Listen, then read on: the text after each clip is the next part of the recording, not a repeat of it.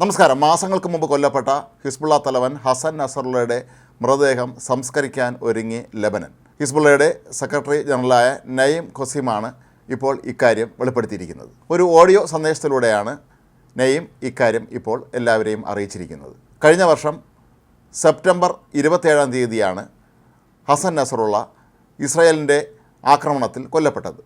ഇയാളും ഹിസ്ബുള്ളയുടെ ഉന്നത നേതാക്കളും ഒരുമിച്ചിരുന്ന് രഹസ്യ ചർച്ച നടത്തുന്നതിനിടയിലാണ് ബങ്കർ ക്ലസ്റ്റർ ബോംബുകൾ ഉപയോഗിച്ച് ഇസ്രായേൽ സൈന്യം ഇയാളെ വധിച്ചത്. ഇയാൾക്കൊപ്പം ഹിസ്ബുള്ളയുടെ പ്രധാനപ്പെട്ട പല നേതാക്കളും അന്ന് കൊല്ലപ്പെടുകയും ചെയ്തിരുന്നു. ഹിസ്ബുള്ള തലവനും അനുയായികളും ലെബനനിലെ അതീവ രഹസ്യ കേന്ദ്രത്തിൽ, അതായത് ഭൂമിക്കടിയിലുള്ള ഒരു രഹസ്യ കേന്ദ്രത്തിലാണ് കൂടിക്കാഴ്ച നടത്തിയിരുന്നത്.